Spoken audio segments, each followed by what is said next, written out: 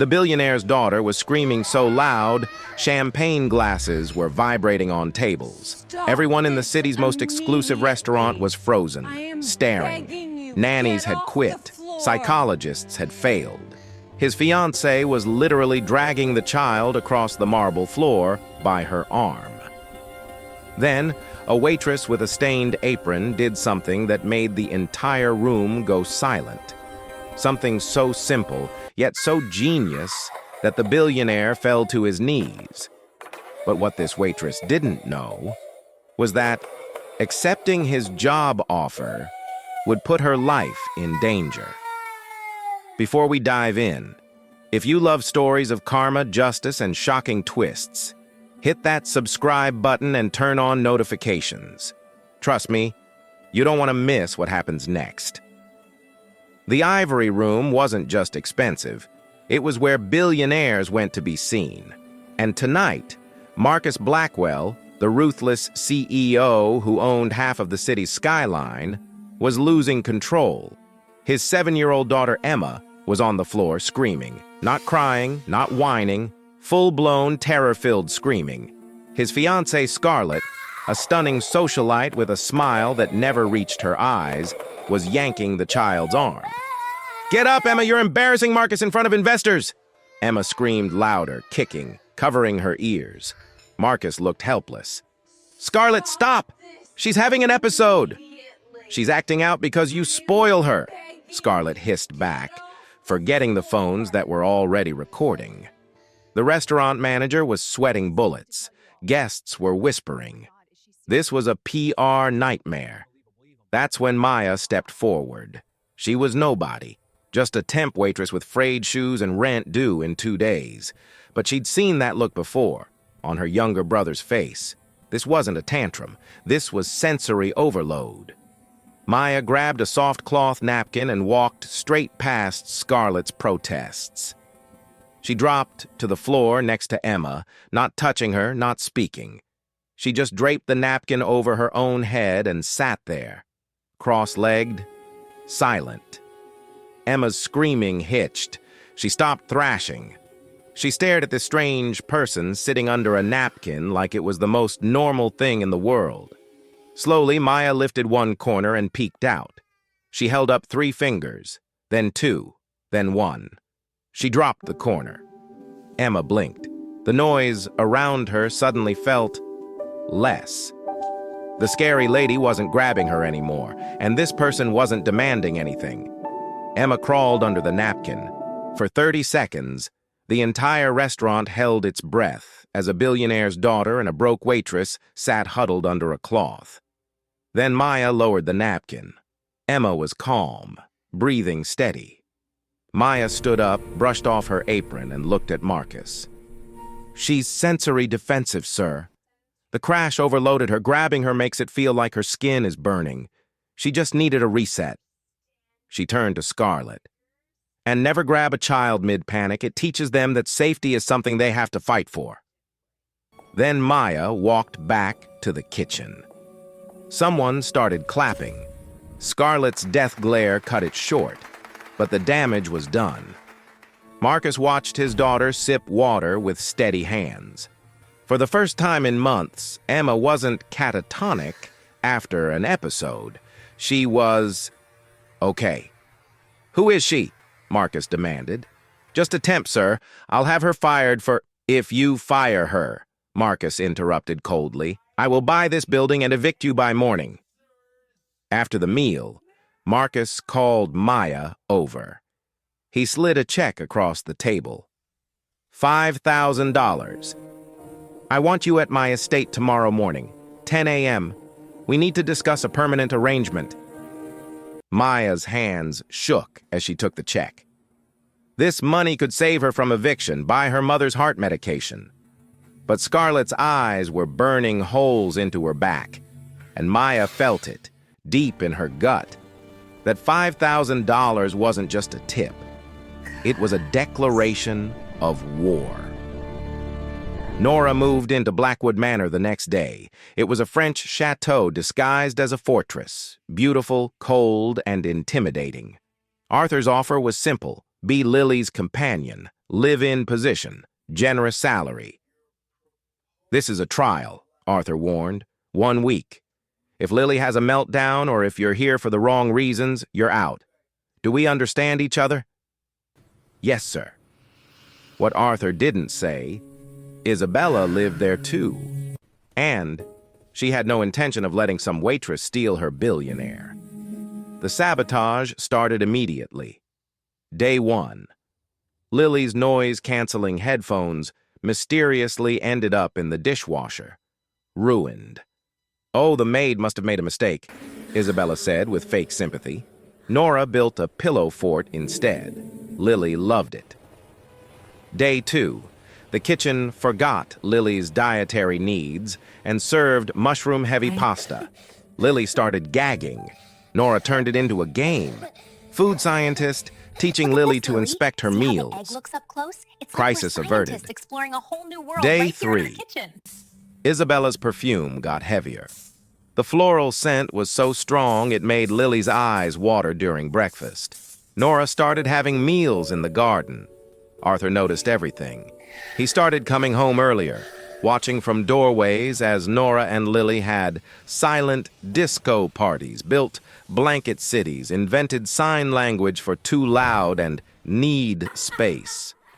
Lily was laughing, really laughing. And Arthur found himself watching Nora more than he should. The way she never raised her voice. The way she saw solutions where others saw problems. Isabella saw it too, and she was getting desperate. The breaking point came with the charity gala. Lily must appear, Arthur announced. 500 guests, investors, press. She walks in, waves, accepts 1 flower, then you can take her upstairs. Nora spent a week preparing. She had a dress custom made, soft, seamless silk. She practiced the routine with Lily 100 times. The morning of the gala, Nora went to get Lily dressed. The silk dress was gone. In its place, a stiff, sequin-covered monstrosity that looked like it was designed to torture sensitive skin. Nora's blood ran cold. Looking for this? Isabella appeared in the doorway, holding up the silk dress. I sent it to the cleaners. It looked so cheap. I replaced it with Dior. That dress will hurt her, Nora said evenly. Then make sure she doesn't scream, Isabella whispered, stepping closer. Because when she melts down in front of the investors tonight, Arthur will blame you. And you'll be packing your bags by midnight. Isabella swept away, leaving Nora with 90 minutes until the gala and no options. Nora looked around desperately. She needed soft fabric, seamless, breathable. Her eyes landed on Arthur's dressing room door. It was a risk, a huge one. She slipped inside and grabbed a pristine white cashmere sweater, tags still on, and several silk pocket squares. What on earth are you doing? Nora spun around. Arthur stood there in a towel, having just stepped out of the shower, staring at the scissors in her hand. Is that my $2,000 sweater? Isabella took Lily's dress, Nora said, voice shaking but determined. If Lily wears sequins, she'll scream. If she wears this, she'll be safe. You're cutting up. I'd cut up the Mona Lisa if it kept her calm, Nora snapped. Charge me for it. She ran past him. Arthur stood there, stunned. No one spoke to him like that. Nora worked like a magician. She cut the sleeves off to make a sleeveless tunic, used the silk handkerchiefs as a flowing sash. It wasn't Dior. It was better. Deconstructed chic. Put it on, sweetie. It's a cloud dress. Lily touched the cashmere and smiled. 7:15 to 10:30. Act 3, the gala showdown. 7 p.m. The ballroom was packed. Crystal chandeliers, string quartet, the city's elite sipping champagne. Marcus stood at the base of the grand staircase, nervous. Scarlett clutched his arm, waiting for the disaster. I really don't think Emma's up for this, Scarlett murmured loudly. That nanny is in over her head. Then the music swelled. Maya appeared at the top of the stairs holding Emma's hand. Emma wasn't screaming, wasn't scratching. She was walking down in the velvet vest with satin overlay, looking like a winter angel. She looked comfortable, confident. Marcus recognized his blazer. He recognized his scarves. A smile tugged at his mouth. Emma reached the bottom, walked straight to the board chairman, and curtsied. "Welcome to our home." The room melted. Investors cooed. Cameras flashed. It was a triumph. Scarlett looked like she'd swallowed poison. But she wasn't done. As the evening wore on, Maya noticed Scarlett hovering near the dessert table where Emma's special dairy-free cake sat.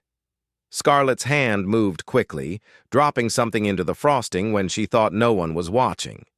Maya's waitress instincts kicked in. She'd seen that move before. The quick palm, the distraction. When Emma reached for the cake, Maya intercepted. "Actually, sweetie, I made you something even better upstairs. Let's go get it."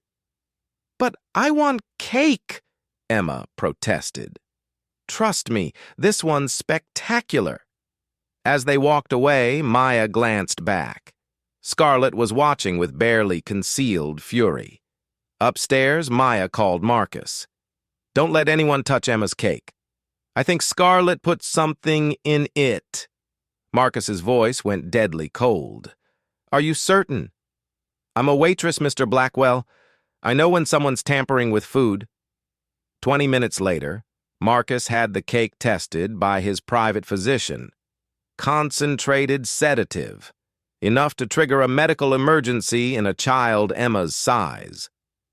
Marcus walked into the ballroom. His face was granite. He found Scarlett holding court with investors. He didn't make a scene. He simply leaned close and whispered, "Security has the cake. They have the footage. You have 10 minutes to leave my home before I call the police." Scarlett's face drained of color. "Marcus, I can explain." "My daughter's food."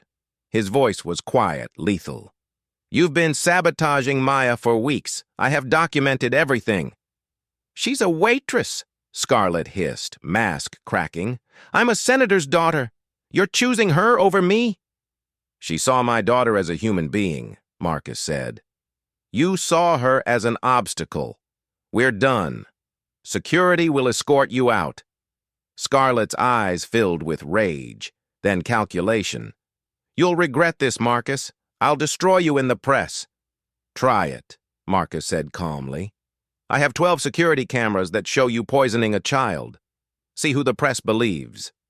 Scarlett was escorted out by 2 large men.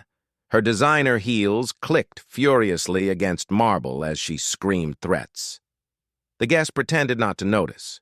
Later that night, after Emma was asleep, Maya was in the kitchen making tea. Marcus walked in, tie undone, looking exhausted but lighter somehow. "The blazer will be deducted from your paycheck," he said, but his voice was warm. "Fair enough. Why didn't you tell me what Scarlett was doing?" "Would you have believed me?" Maya asked quietly. "Or would it have looked like the nanny was jealous of the fiancée?" Marcus was silent. Then, "You're right. I wouldn't have believed you at first. I'm sorry for that." He moved closer. The air between them shifted. "You saved my daughter. You saw what everyone else missed. You didn't do it for money or status. You did it because you have a gift. You see people, really see them." "I was just doing my job," Maya whispered. "No," Marcus said, cupping her face gently. "You were being extraordinary." He kissed her, soft, real, full of promise. "Don't leave," he murmured against her lips. "I won't," she breathed. 5 years later, Emma, now 12, runs into the kitchen waving an acceptance letter. "Mom, I got into the advanced music program." Maya, wearing a simple wedding band, beams. "I knew you would." Marcus is at the stove making pancakes, wiping his eyes with a dish towel. I'm not crying. There's just onions.